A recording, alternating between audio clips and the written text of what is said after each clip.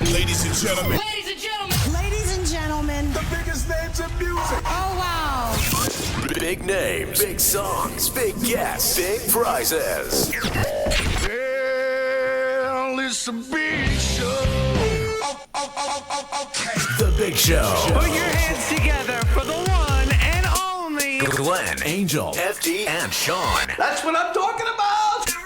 1FM 91.3. Good times, greatest hits. 1, 2, 3. Good morning and welcome to The Big Show and The Big Show TV.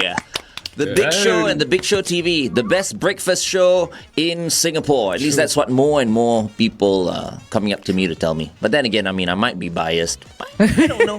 Go spread the word. Selective hearing. I listen around and I think we're up there, Yeah, Definitely. I think we're all right. Yeah. And, we do all right. every Thursday we have our career strategist with us, Adrian Chu from careeragility.org. Good morning, Adrian.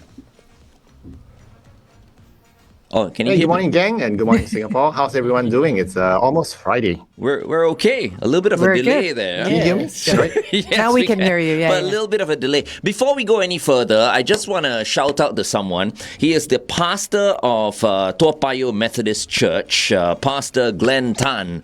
Surprise! Yes, we're saying hello to you. That's because I got a text message from our general manager, Mr. Sim Hong Huat, yesterday, who bumped into Pastor Glenn Tan, who says he loves listening into the Big Show, and he especially loves the countdown right now.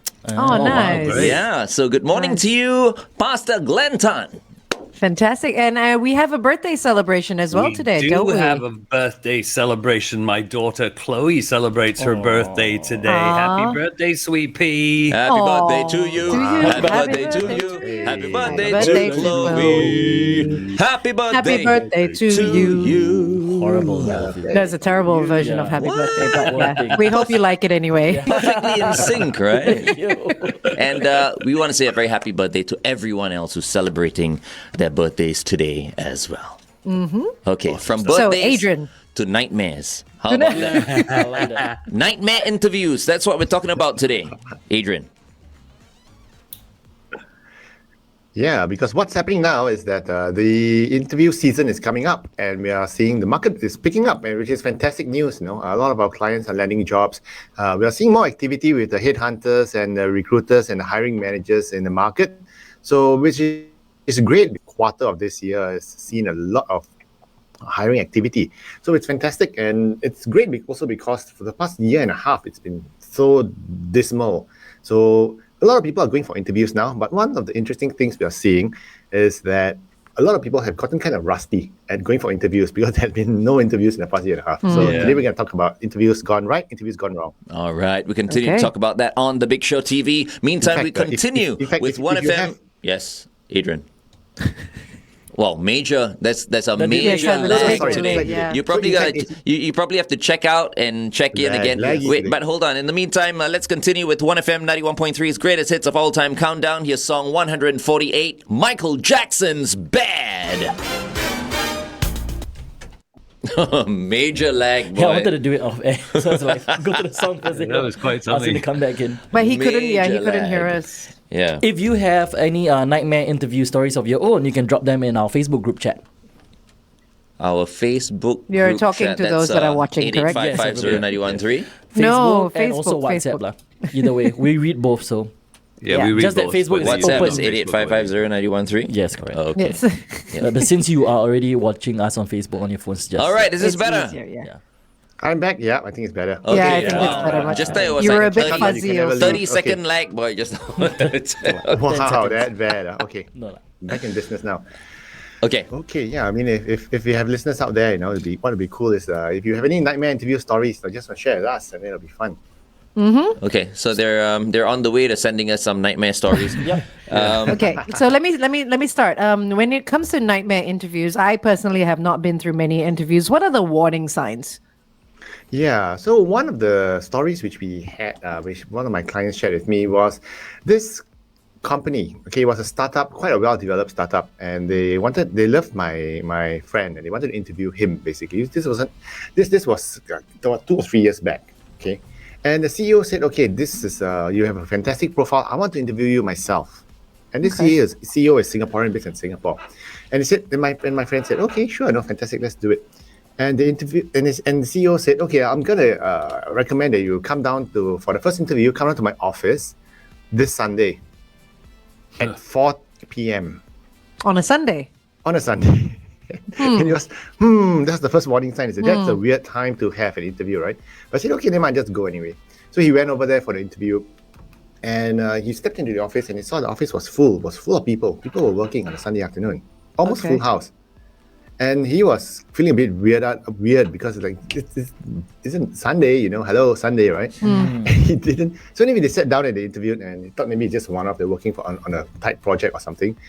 And as the discussion went on, the CEO told him, no, basically, this is what you can expect every day. There's no work-life balance here. And at least he was honest. At least he was honest, right? And if you our business meetings, our internal meetings start at 8 p.m. every day. Wow. Because we want you to do all the important stuff with the clients and everything first. It's a startup. We work very hard, and it was amazing because he was saying like, what, your internal meetings start at 8? He said, yeah. We only save the golden hours are just for the daytime. It's just for your clients. Our meetings start at 8. Sometimes it ends at about 1. But it's okay. AM? Yeah, but it's okay because you can come in a bit later the next day, like about 9 or 10 o'clock. It's okay. Like, seriously? So that's the first one of the big warning signs he had. And he said, okay.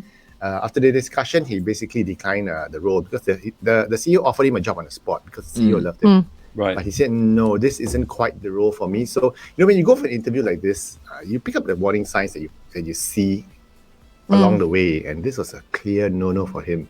Right. Wow. But don't you think if more companies do that, there'll be less disappointment?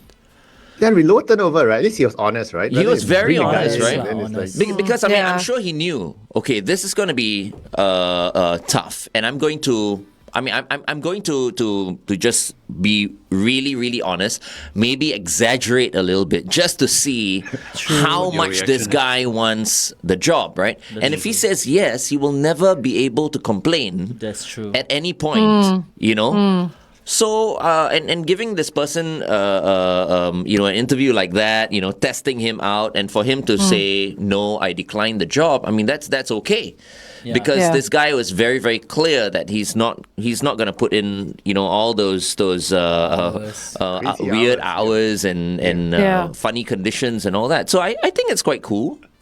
Yeah, I don't know. It is for some people, right? That kind of work life. Some people have no other life outside of work, so. Because I don't know whether it's a cool idea. You know why, bro? Because most people, right? Most companies, they're not totally honest. They make it seem like it's an easy job. That there's going to be a lot of welfare and all that. And then once you start working, it's not the case. So this is the opposite, right? No, I understand. I understand what you're saying, but you're going to have an incredible fallout of people who are going to go.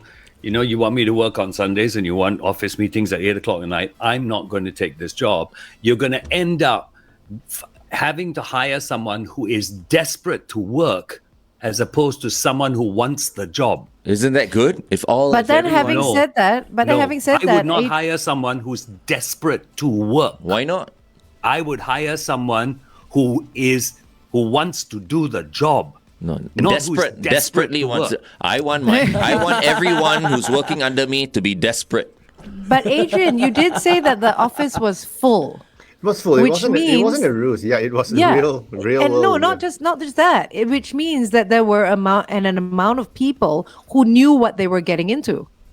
Because the boss would have been on. Can't get out.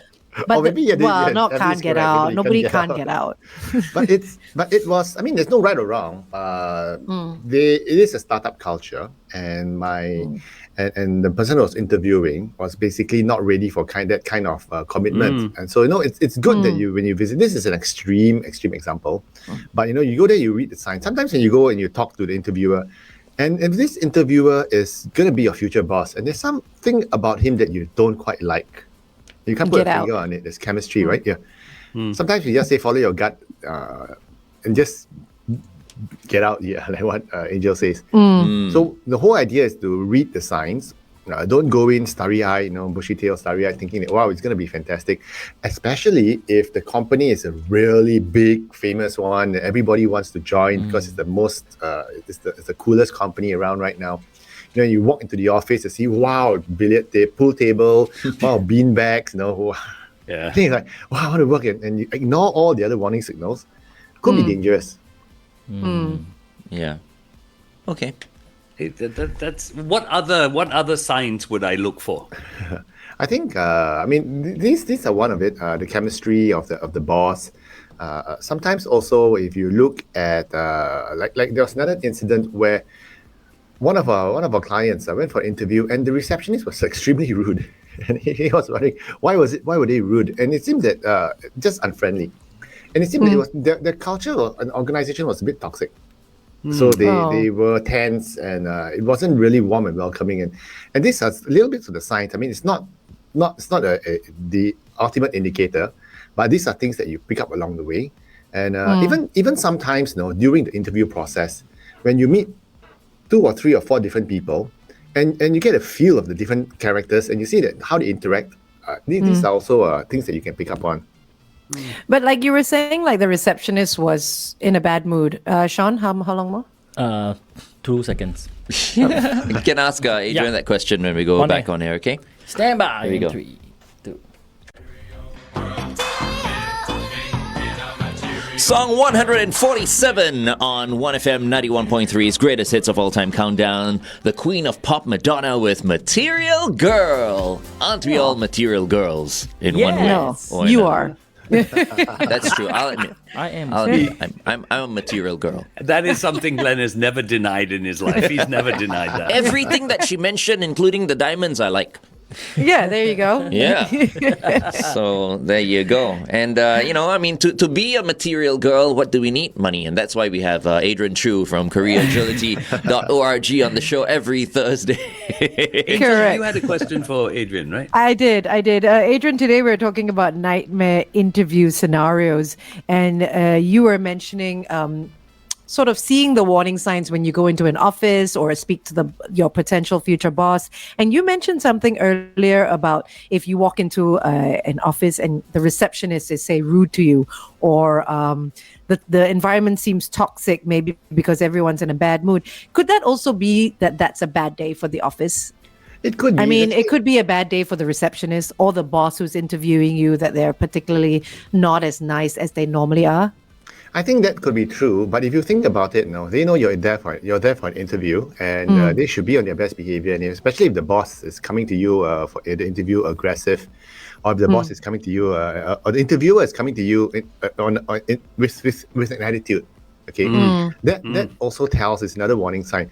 One of the other warning signs as well to note is that if your interview goes 1 round, 2nd round, 3rd round, 4th round, 5th round, then goes back to the 1st round again.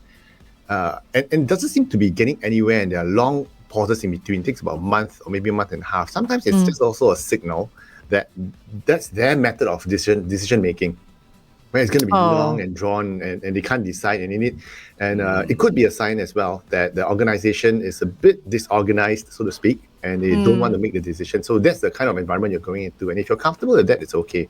So what we're trying to say is, read the tea leaves. And don't just go in just because you fall in love with the company, or it's a great company to be with. Okay. Now you were talking about if the interviewer is aggressive. How do we deal with an aggressive interviewer then? One of the things is basically you have to be professional about it. We had a case where our client went for an interview, and the interviewer was basically criticizing his achievements. Like, what makes you think, what's your proudest achievement? And when he shared the proudest achievement, he said, what makes you think that's a great deal?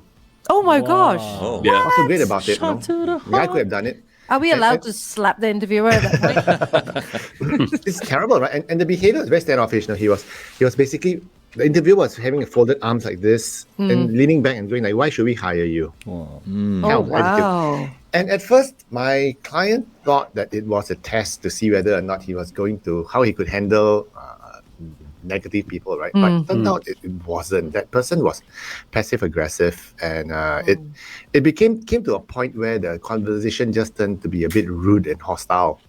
And what my client did was, and we trained them well. See, so he stood up and he said, "Look, I don't think this conversation is going anywhere. Thank you for your time. I do not think this role is the right one for me." And he got up and he walked off. Well professionally. done. Good training then. Well Yeah, done. so one of the things we need to share is, in an interview, you don't need to be abused. And it's as much as they're choosing you, you're also choosing them. Yes, So it's do two not ways. Yeah. be bullied at an interview, stand out and walk off. And it's a two-way street. Yeah. Yeah. I think a lot of people forget that because when they're looking for a job, they feel like they're the ones in need, but then they forget that the employer is also in need of someone like them. Yeah. We are speaking to Adrian Chu from careeragility.org. He is the CEO and founder. We continue to talk to Adrian on The Big Show TV. But right now we continue with the countdown. Here's Whitney Houston, Saving All My Love for You, song 146 on the countdown. Good morning. We have some. To just point fair out, stuff as though, well. that it's quite interesting because as much as we talk about nightmare interviews from an employee point of view, a nightmare interview can happen from an employer's point of view as well, where you have a person who's not communicating, who's not open, who's not willing to engage. It's as much of a nightmare for the interviewer as it is for the interviewee. Tell us about your experience, FD, because I'm sure you've interviewed Yeah, I'd love to many. hear that. It is. You start to talk about people and you talk about their experience and what they've done, and everything comes back in monosyllables. No, oh my goodness. Oh, And I cannot engage you that way. Yeah. And I need to engage you because my industry is about engaging people. Exactly. And if It's about engage you, communications, then and you're not communicating with me, right? I begin to question your communication skills, and it's becoming a nightmare because I want to give you fair chance. But for how long am I going to carry on this interview? At what point do I say, okay, that's it, I'm sorry? But does that depend on the kind of job that the person is is going to be taking up? Because not all jobs require communication skills, right? But the industry I'm in does. For you, yeah. Yeah, For sales. So you're right. At any point, you could have just said, "Okay, I don't think you're suited for." Yeah, but this you role." feel for these young people that come to you, and you want to give them a chance to try and open up. And at the end of the day, it almost sounds like a police interrogation. You know what I mean? I'm asking questions. You're going yes, no, well, quite good. Yeah. But- Adrian, so is it FD's responsibility? Okay, I'm just talking about like all these companies and all that, right? Yeah. Because I mean, if I were in charge, I would know immediately if the person is suited or not. And if the person that is not someone I'm looking for, it's okay. Don't waste my time. But for FD to want to try and get more out of this person to give the person a chance, is that recommended? Would you recommend something like that? Or am I just wasting my time? Actually, there are two things. No, sometimes at interviews, I've done millions of interviews as well when I was headhunting, right? Sometimes you just can understand why Simon Cowell from he just doesn't get off the stage. You can't sing, just get off the stage. Don't waste my time. Sometimes you just wish that you could do that, but you must also understand that at an interview, it's a public relations thing as well. You don't want to piss the guy off because you're representing the company. I mean, if FD pisses the guy off, say, okay, after 10 minutes, okay, fine, that's it. I don't think you're right one for me. Thanks a lot. Now get out. He's gonna go and tell everyone I met FD and he is so terrible. unfriendly. My He's gosh, not don't unfriendly, work and for him. That's your company's brand. So that's why I am very against interviewers being rude because it's a customer touch point if you think about it, and it ruins your company's status as an employer. The employer branding is hurt. That's why always be professional both ways, whether you're interviewing or being interviewed. Could it be a case from the potential employee's point of view that they've got stage fright? Because going into an interview is very scary, right? Yeah. And it's not easy, and sometimes it takes people a lot of time to warm up. But they may have a lot of potential, but at the first go with the monosyllabic responses and stuff like that, it could be stage fright, right? Or he could be so in awe meeting up with FD for the first time, celebrity. It's like, There you go. Could be. Starstruck. yeah, starstruck, you know. Could be.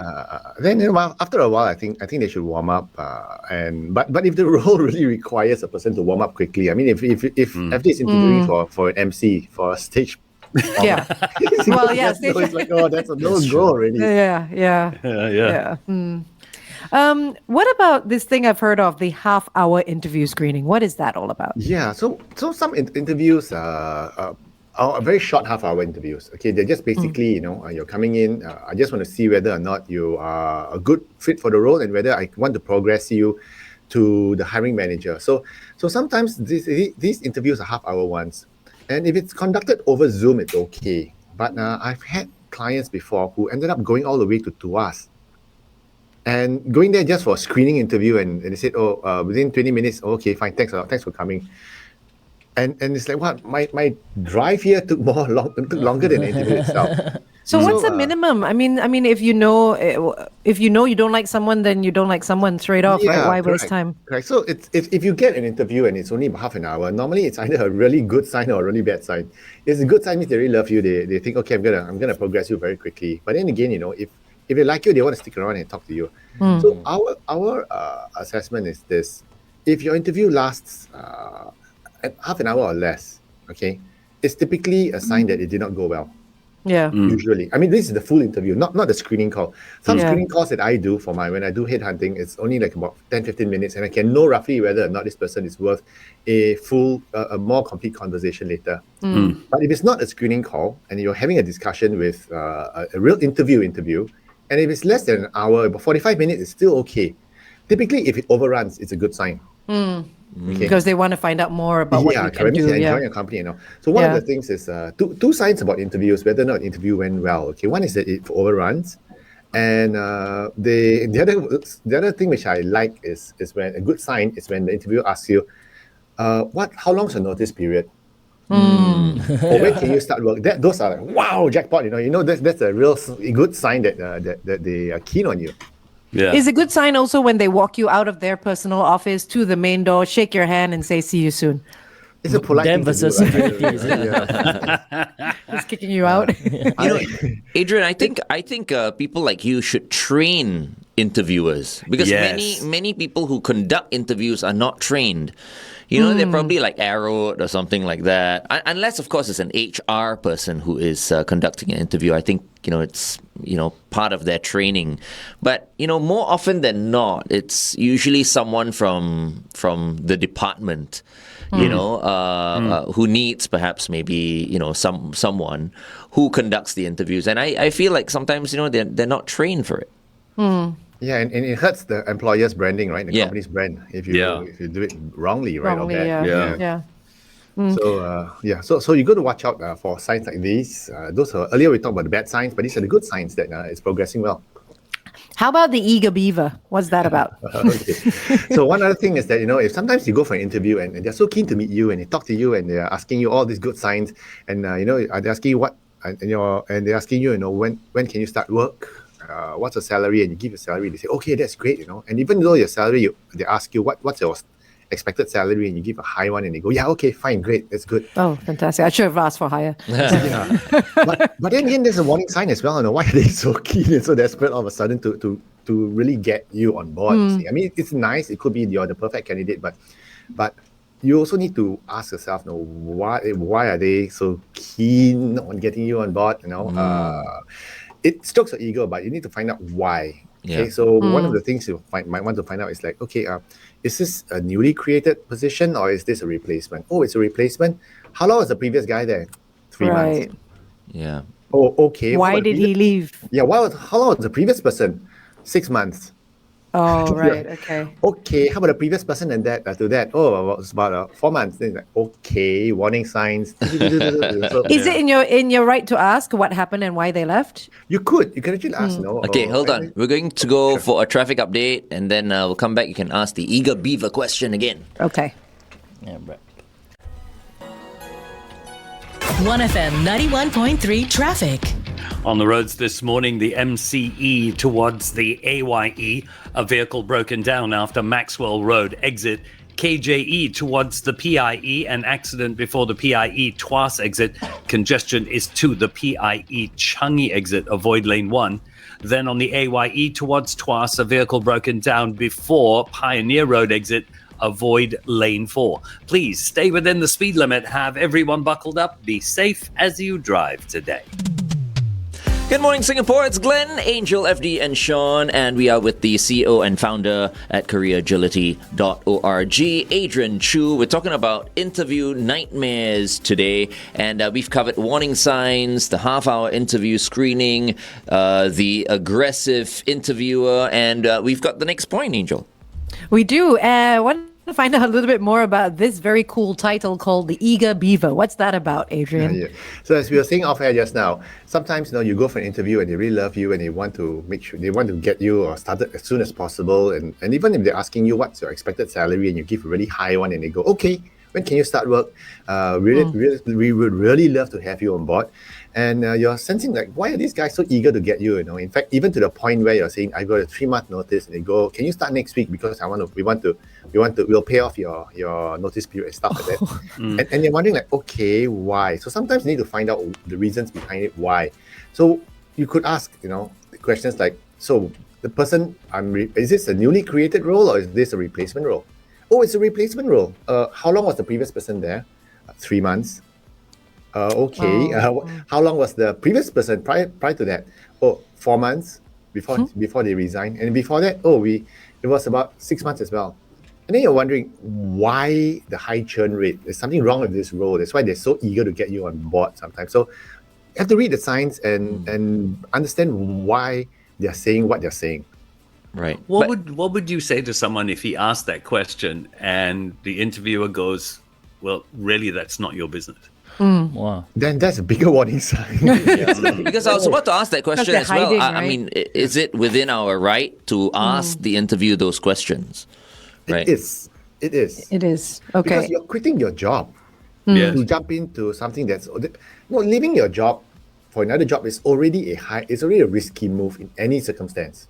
Short of you knowing that your current job or you're out of a job or your current job you're going to be retrenched in about 2 months or 3 months, then there's no risk. But if you're in a good job already and you're being pulled over or you're exploring another role with another company, there's always a risk. So you want to mitigate your risk by finding out as much as you can about that role so that you go in with your eyes open.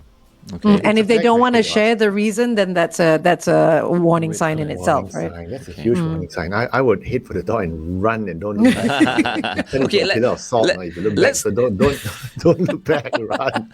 Let's touch on the last point because we're going to have to close real soon. And if possible, I mean, do we have any questions from our OneFM fans? Maybe we can just bring one up for Adrian. But the last point being the missed opportunity. What is that about? Yeah, so sometimes when you so there's this story, true story. Okay, one of individuals I knew went for an interview. Okay, and in the office building was somewhere in Changi, and Changi is notoriously difficult. Changi Business Park is notoriously difficult to find a parking space. Because a lot of it is just for staff only. So he went to one, he couldn't find. He went to another one, another building, and then he went back to the original building again, and he found a lot, and he wanted to go into the lot, and he was kind of late, almost running late. And there's another person who was reversing the lot and they were kind of competing for the lot. He drove straight in, okay, and it was a staff lot, basically. He drove in and the guy said, it's a staff lot. He said, no, I'm late for an appointment, and he was quite brusque with that person. Yeah. He went in and lo and behold, that was the interviewer. Oh no! This is like a scene out of a movie, That's man. why. Yeah, it is, right? It is a true story. So sometimes, bottom line is to be nice. Don't miss opportunities because it was a great company, a great job and everything. But, he was kind of rude to the person. He said, yeah, not my problem, And so basically, if you're going for an interview, be nice to everyone. Do your homework before you get there. check out, the car park. Sometimes if you know that the place is like the interview is in Raffles Place, where the parking is crazy, just jump into a Grab and just Yeah. take it easy Yeah. there. And be Then- extra early, right? Just in case. Yeah, extra early. It doesn't hurt to be extra early. So, you want to be calm and cool when you go there. So, the bottom line is this: it's interview season, and if you haven't had interviews in a while, it's time for you to brush up and get ready for the interviews. And it's a good sign for the economy, and I'm very happy. A lot of people are landing jobs. A lot of people are going for interviews. So, be prepared, and good luck for your interviews ahead. That's great news, Fabulous. man. Great news that jobs are available. Yes. Yeah, it is super Yeah. news Yeah. for everyone. There is something out Fantastic. there. Okay. It's fantastic news indeed. Yeah. Then, Thank you. And if you are going for an interview soon, and you need any help, just reach out to us, info@careeragility.org. But in the meantime, have a good weekend. Prepare for Christmas. It's about 70 days away. Yes, it is. Yes. Don't worry, we count down every day on the show. Merry Christmas, Adrian. Thank you. Merry Christmas. Merry Christmas. Thank you for joining us. Pleasure is always mine. Have a great day. All Hi, right. Luke. See you next Okay, week. have a See good ya. one. Okay, bye. See you, Adrian. Bye-bye. Have a good day. All right, up next, it's Luke Tan, our educator and personal development coach. How are you doing, Luke?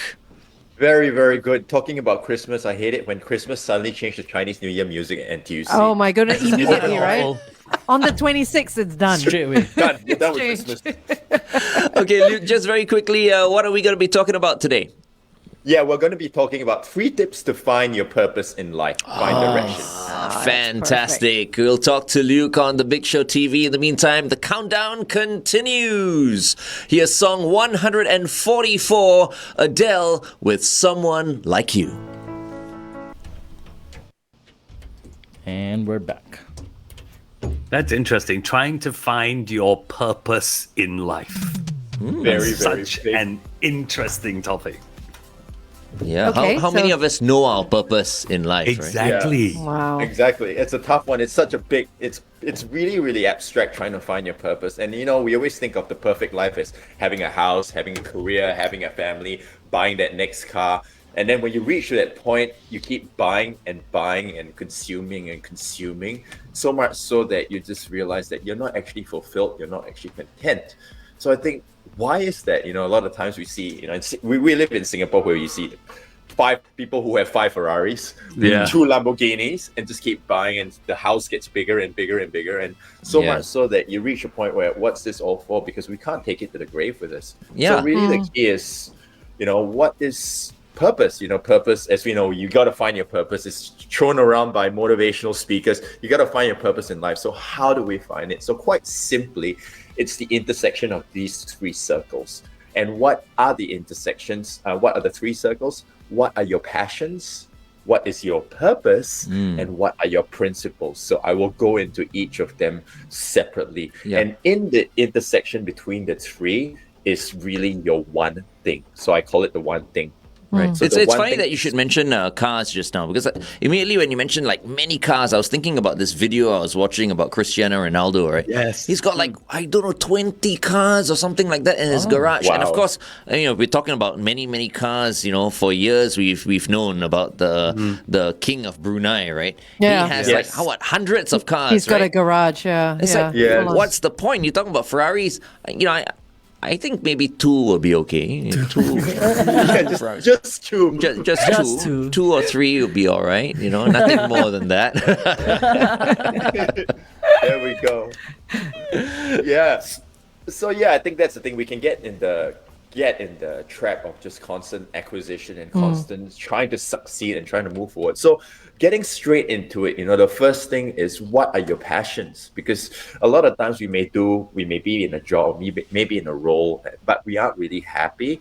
We're not really fulfilling our passions. And the thing is that sometimes life gets ahead of us. We become parents, and the focus suddenly becomes the kids, and you forget about what you're truly passionate about.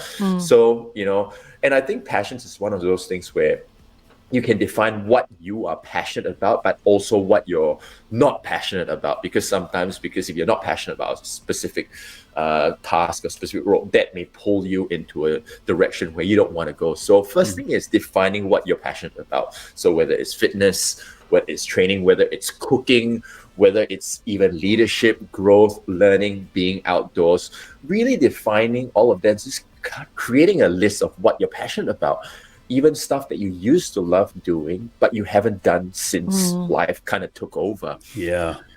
Because a lot of times we I used to love playing PlayStation to a certain degree, and that was one of my passions. And I bought a PlayStation a while back to play with my little girl, just to just disconnect and just zone out for a short period of time. And it's one of those, but it's not going to get me anywhere. But also being able to define where these passions will kind of bring you, because you can play computer games unless you want to be a professional computer gamer. That's a different story, but it's still important to define what you're passionate about. And then out of those a list of 10 or 15 or whatever it is, select the top 3 to 5 that really speak to you. And then you'll be able to define that first aspect. So the next one is, what are your principles? So principles are key, because when we look at our principles, it's what we stand for, what we believe in, and what is our threshold. Where, for example, where principles are concerned, for me, I came into this plant-based lifestyle for ethical reasons. So that is one of my principles: do not harm or eat animals. That's one. It could be gender rights, it could be human rights, it could be religion. Your religion forms your principles as well, your religious beliefs as well, whether you value harmony and truth. So and also where the principles are concerned, it also integrates with what you value in your life. And I talked about values briefly last week. So what do you value? You value health, you value harmony, you value growth. So that will be in that aspect of principles. So whether it's what would I say? Whether these principles are aspirational or something that you actually possess, because sometimes where values are concerned, for example, confidence is what we value, what we really want, but we're not confident, but we want it. So those are aspirational values versus I am confident. So those are the two, at least for now. So passions and principles. So I think out of the principles, you want to list down, what are you principled about? What do you value in the world? What do you value in your life? What do you value around you? And what are you, to a certain degree, if you believe that no children should grow hungry, you believe that everyone should have equal rights, you need to kind of define what your principles are. And then the next aspect would be your purpose. So what is your purpose? So the purpose is not really, I want to make a difference, something that's vague, is that a purpose is an archetypal energy. So for example, you guys are radio DJs, but what if one day, if your child, if your little girl, little boy, if you say, and you've always wanted to be a radio DJ, and that's kind of your purpose, what if you became deaf? Does that mean that you're no longer wanting to be a radio DJ? You can't. So what I mean by purpose being an archetypal energy, where let's say if you're wanting to be a radio DJ, it could be because you want to be a communicator. So your archetypal energy is being a communicator. It could be a warrior, meaning a warrior could be, I want to be in the military, I want to be a policeman, I want to be in civil defense. It could be an athlete, which is self-explanatory. It could be a performer. So actor, actress, comedian.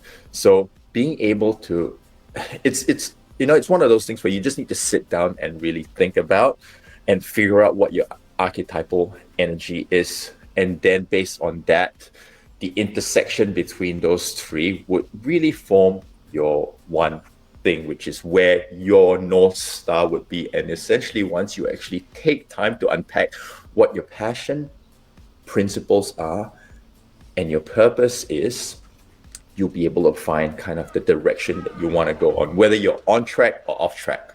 That's interesting, Luke, because we find that, and I'll repeat this when we come back. Many of our principles are compromised in real life. How do we then deal with that? That's interesting. Yeah. Let's just ask Luke that question when When we we come back, I'll ask you that question. I think Abdi, that's stand by really, one really- traffic also, Abdi. Yeah. Okay, here we go. And 3, 2.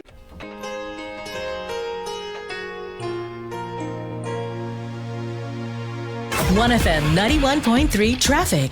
We've got the usual delays across the expressways, areas to look out for, not too many. You should be all right. Just stay within the speed limit, please. Have everyone in your car buckled up. Be safe as you drive today. 1FM 91.3, we are back on The Big Show and The Big Show TV. Our guest at this point is Luke Tan, Veducator and Personal Development Coach. We're talking about our purpose in life this morning. A little deep, but very interesting because, how many of us actually know what our purpose in life is? Some people, they go to their graves not knowing what their purpose is as well. So, FD, go ahead. So you were talking about the interlinking of 3 circles: passion, principle, and purpose. And we've got to find that center where it all links. But when it comes to principles, how do we deal with this? We all have principles. But in real life, in the real working world, when we're out there 9 to 5 or whatever our time is, so many of our principles get compromised. How do we deal with that? Yeah, that's a good one. I think it's a very different world out there, and especially in the work environment where we don't really have a choice. But it really comes back down to how important these principles are to us. If it's a real, true violation of our true principles, we'll actually just decide that this is it. I'm done putting up with this. But if you're willing to put up with it, you're always going to be comfortably numb. And you're always going to be in a position where you're not quite happy, you're not quite fulfilled, and you're willing to put up with more. And how long does the elastic band stretch? The more you stretch it, the less tension it has. So you can stretch and stretch, but eventually it's going to snap. Yep. So you need to really decide, how. Of course, it comes back down to how far you want to be pushed and how much you can take to a certain point where. And it's just like someone that is, to a certain degree, like just submissive and doesn't really speak up for what he believes or she believes in, and just takes it all in. It's like, okay, that's fine. I'll just sweep it under the carpet. Maybe it'll go away. Maybe it'll go away. Maybe it'll go away. And until one day it just snaps. Yeah. And the person across the room's like, where did that come from? Yeah. So I think it's important to, to a certain degree, if takeaway point is make a decision and put a time frame. Let's say if it's a violation of your principles in whatever form, in work or in a relationship, say, all right, by this time I'm going to make a decision. Because a lot of times we stay in for example, a role, a job, a relationship, or living environment for a lot longer than we should, because we don't make that decision. It all comes back down to whatever it is you need to first make the decision. Because when you make a decision to whatever path to take, there's a line drawn in the sand. And then when the line is drawn in the sand, it becomes clear. A lot of times when you're sitting on the fence, it hurts because the fence is in between you physically, but nice way of putting secondly, it. it's, secondly, you're just kind of just like, should I go this way? Should I go balancing, that way? It's a balancing act. So basically, make a decision. Right. Angel? Just make a time-bound decision. Go ahead. Yeah, I wanted to go forward again to your point on finding your purpose, because you were talking about principle and passion and all that. When one wants to find their purpose, even if they know it, they have to come from a capacity of being able to live out that purpose, right? It could be charity work, it could be educating, but you have to first, like Maslow's hierarchy of needs, you have to be able to be comfortable, achieved everything that you've wanted in life before finding that purpose. How true is that? We can talk about that once we go back on the Big Show TV. All right. Meantime, we continue with the countdown. Song 142 is by Joan Jett and the Blackhearts. Here's I Hate Myself for Loving You on the Big Show, 1FM 91.3. Good morning. They cut you out there? Yep. Okay. How many times can I say good morning? Everybody knows good morning. Every song says good morning. Reflects on the company, Must be very nice. Must be extra nice. Extra nice these days. So, Luke, Maslow's hierarchy of needs. I mean, it starts off as us taking care of ourselves, and then 100%. finding safety, love, belonging, esteem, and then the self-actualization is where your purpose comes in, right? But the thing is that that's definitely true. Self-actualization is the top. That's why I say where purpose is concerned, it's more an archetypal energy, where it's not like going through the Maslow's hierarchy of needs. Naturally, we gravitate towards a certain kind of archetypal energy. So, for example, purpose could just be a parent. I want to provide for my children, which, because of that reason, to want to provide for your children, to be the best parent that you can be within the bounds of your reality, you will create safety, you will create growth, you create all the way up to self-actualization. So I think the first thing is to ascertain and define what you love doing. Do you love helping people? Do you love listening to people? Do you love performing in front of a crowd?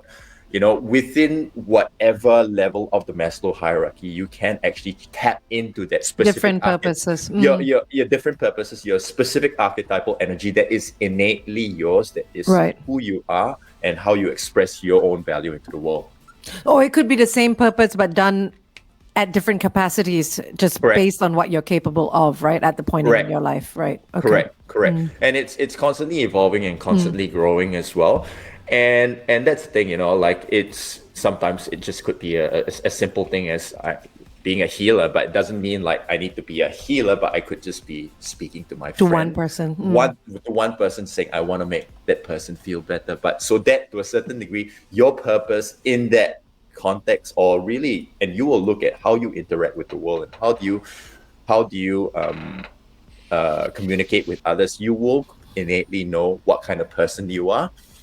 And then once you actually define, to a certain degree, whether you are that healer, whether you are wanting to be that parent, you're wanting to be a performer, then you can kind of essentially rise the ranks based on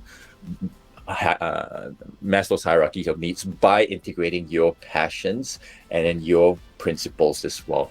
So the purpose is still, I would say, a tough one to kind of define, but I think to start things off is to kind of look at what you're naturally good at, what you love doing, and that in itself is to a certain degree your purpose, I would say. So at least from what I see, you guys are communicators. I think so that is your purpose. A good start for anyone listening in right now and going like, okay, this is a bit too complex for me. This whole purpose thing. I think I think a good start is to at least think about it. Write a list. If you don't know what your purpose is, and even if you're not the I'm going to write things down kind of person, just think about what we've been talking about this morning, right? And ask yourself what you think your purpose in life is, right? And your passions can lead to purpose, right? Absolutely. Like you were saying. Absolutely. Just give it a think, without popping a blood vessel or something. Exactly. It's not as deep as we're making it out to be at all. 100%. And it's you brought up such a good point, because a lot of times we feel like at least for me, before I actually unpack what my purpose is, we don't take time to actually define what it is. We just say I need to find it without actually sitting down, and sitting down means just taking some time out, putting some good music, and that's what I get my clients to do on a Sunday afternoon when you've done everything. Just ask yourself, what are you passionate about? What do you stand for in this world? And at the same time, what do you love doing? Who do you like to serve, and things like that. So the thing is that it takes time, and it definitely takes some effort on your part to just sit down and just write it down. If not, it's just going to be one of those things. It's just going to be an abstract thought, and it's going to be at the back of your mind, and you're not going to address it, and you might be living a life of getting to that rat race and just routine. Time just passes you. Routine and rat race and ritual. And it's never too late. It's not. It's Exactly. never too late. Have you found your purpose, Luke? Yes, I sure have. I sure Okay. have. I sure have, and for me, that's what my my acronym AWAKE method: aware of your inner truth, step into the warrior within, lead with authenticity and kindness, and express your unique value into the world. So living awake, that's what that means to me. But my purpose right now is also to be the best dad to my and whatever that means to my daughters. So that is, that could just be a simple purpose. I want to be the best parent that there can be, and then how can I grow as a person to be that.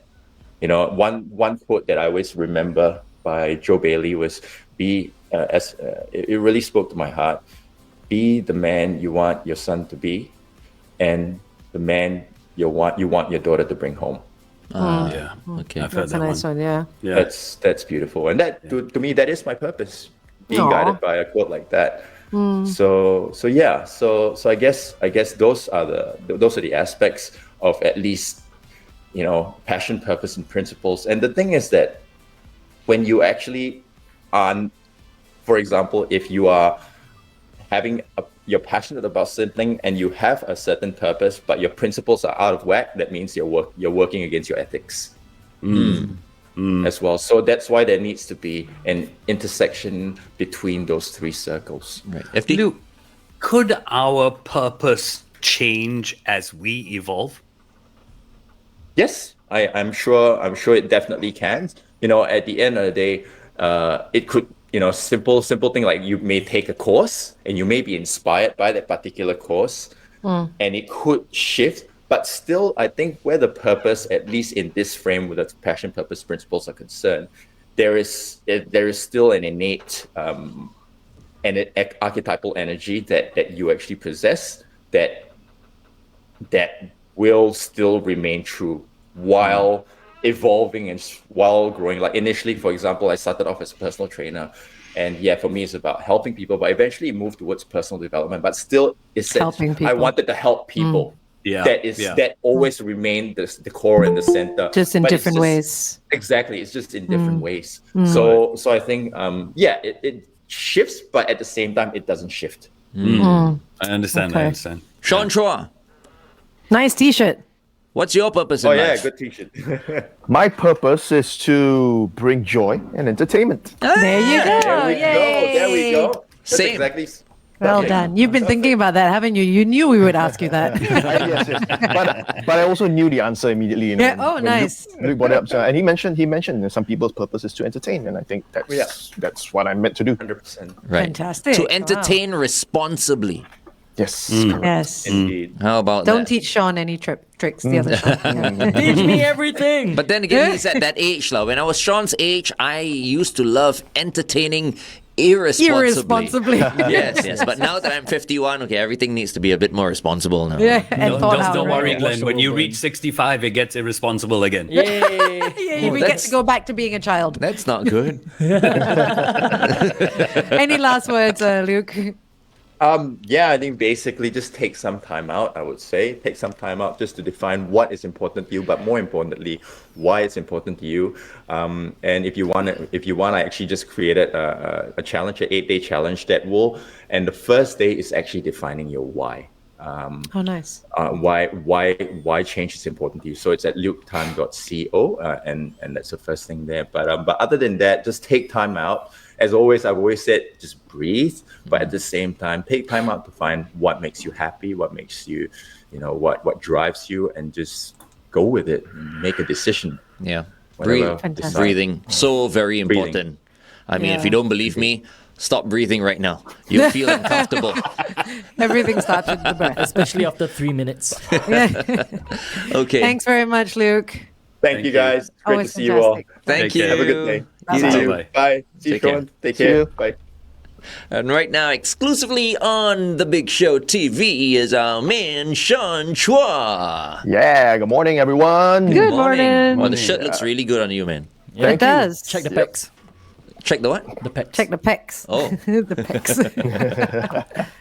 Can't see the All pecs right. because it's It's black, the shirt. I Black can't against see. black. Not the abs on the pecs. Yeah, the pecs. Can you see? Yeah. I can't see Oh, his the chest. pecs. No, the pecs is the chest. The pecs, the chest, Yeah, right? but I can't see the definition because it's black on black, you know. Yeah. But I think you need to take it off. That's what I'm They're, saying. they're there, right? They're there. We'll there, take your they're word there. for it. Yeah. Yeah. Take it off. See, that's the beauty of wearing black. You can be out of shape. No one can tell. Right? Your shirt could be not a little creased up, but no one can tell. Could be slightly dirty, not washed. Yeah, you can't tell. Right. That's the beauty of black. Okay, I'll wear black the next time round. Okay, so what kind of super duper trick do you have for us today? Okay, so today I want to tell you about what I've been trying to do. I've been trying to get healthier, okay, because Luke and everyone, they've all been quite inspiring. So I thought I want to take up a sport that I haven't done in a while. Okay. Oh, tennis. Yes. Yeah. So as a kid, I used to play mini tennis. It's tennis for kids. It's all the same rules, but on a smaller court, smaller racket, and also a smaller ball. Oh my goodness. How small were you when you were a child? Tiny. I was really tiny. But you know that little tin that you just opened? It reminds me of half a Pringles That can. you ate yesterday. Yeah. Anyway. Magically Yes. disappeared. So what I did was I went to the store, right, to try and get my tennis equipment for this new hobby I'm trying to take up. And I told them I did play mini tennis as a kid, and then they sold me this ball. Okay. And I was like, no, I'm not here to play mini tennis. I'm here to play real tennis. So can you please get me a real ball? Okay. All right. And the thing is, they said there are no refunds. Oh. So I was like, that's just one. I want a real ball. And they said, no refunds. What? Okay. So you just got to take this and go. And I was adamant I want to play real tennis. So please give me a real ball. And it says, no, you bought it, you paid for it, it's yours. I'm going to go closer to the screen. I've made mine bigger. Yeah, mine is big already, but I want to go closer. Don't So- wash the hand too much. Yeah. So I told them, fine, I'll keep this one. Okay, I'll keep it. Fine, I paid for it, but I still want a real ball so I can play real tennis. And he said, you sure you don't want this one? Yeah. Look at Glenn's face. Do you need glasses? And I said, yes, I'm very sure I don't want this one. I want a real ball. So can you please get me a real ball? And he said, I'm sorry, we're all sold out. Okay. So what I did was I said, fine, I'll keep this one and I'll just make my own real ball.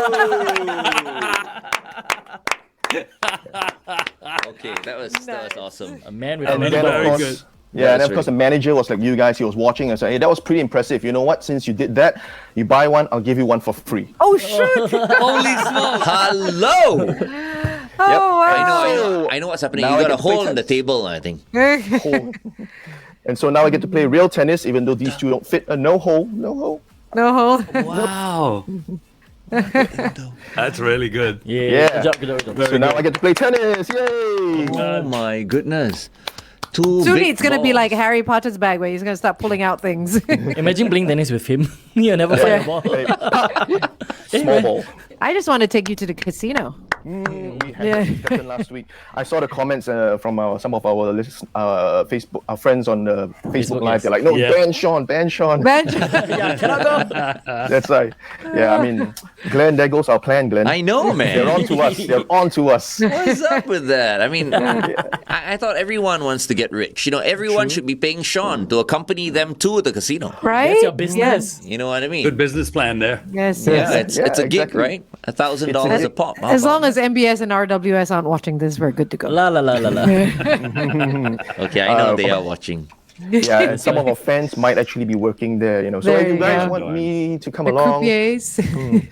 contact my manager. His name is Mr. Glenn Ong.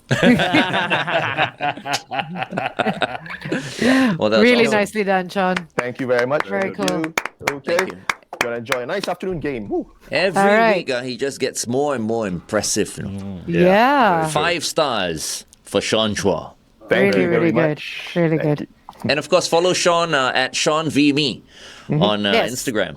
Yeah. Yes. All right. Thank you All very right. much. Thanks, Follow Sean. me. See you guys. Have a great weekend and Merry Christmas. Merry Christmas. Merry Merry Christmas. Christmas. All right. See you guys next week. Take care. See you next week, Sean. Bye. All right, that was Sean Chua. It's like we're going to be saying Merry Christmas from today onwards. It looks like We it. should start playing Christmas songs after the countdown. I think so. Oh, no, I heard yesterday one. What was it? I think it was Mariah Carey on our countdown. Oh. It's there. really? Yeah, it's there. Oh, It's okay, there. okay. Wow. Yeah, I realized that you're black and white today, huh? Angel, very nice effect. Right? No, Isn't I she? think, I think it's just her. I'm because black her and white, background is no. white. But it's nice, right? It's yeah, it looks cool. I like that. You can't see my pink? No, so you Can. can only see pink. Everything else is black and white. Pink and your Oh, lips. yes, everything your else lips is black and white. Your lips are pink as well. Correct. Yeah, It's, and everything else is Breast black and Cancer Awareness Month. Okay, Yeah, it's not intentional, but yes. that's nice. I like that effect. I black and feel white? have as well. Maybe tomorrow, we should all be like that, black and white. Black and white? What do you think? Tomorrow it can be black and white. But we have to wear black and white. What are we doing? Okay, shall we say goodbye first? And No, then we'll no, no. discuss Actually, I this want to later? let the Big Show TV people can know workshop this. right Oh. now that tomorrow What? is going to be The big, a big, huge special, all right, for everyone who's watching Yes, the Big Show TV. Because while the countdown is happening, we're going to be having extra stuff happening on the Big Show TV. So go spread the word. Go tell all your friends tomorrow. In fact, all our contributors, as we mentioned earlier on, from Rockstar Arms, to KFC, will be a part of the countdown tomorrow on the Big Show TV. All right? Awesome. Gonna Yeah. be so good. The final 10 songs going to be counted down live from 7:45? 7:45. So wake up earlier, don't set your alarm to 8 o'clock, set your alarm to 7:45 or 7:40 if you 7:30. want coffee, or 7:30 if you want a breakfast. Yeah, because after that you won't be able to. If you're have if you're anything. working from home, watch us on your big screen. Yes, there you go. Yes. Yes. Especially, yes. if you enjoyed last year's countdown on the Big Show TV, well, we always up the ante a little this bit. one is up That's already. that's the way we roll, right? And this So will be my it's gonna first be countdown better. with you guys, so Yeah. enjoy. So it's Yeah. gonna be a prettier countdown. Aw. Smell better, so. Okay, all right. Thanks for watching. See you guys tomorrow. Share the video.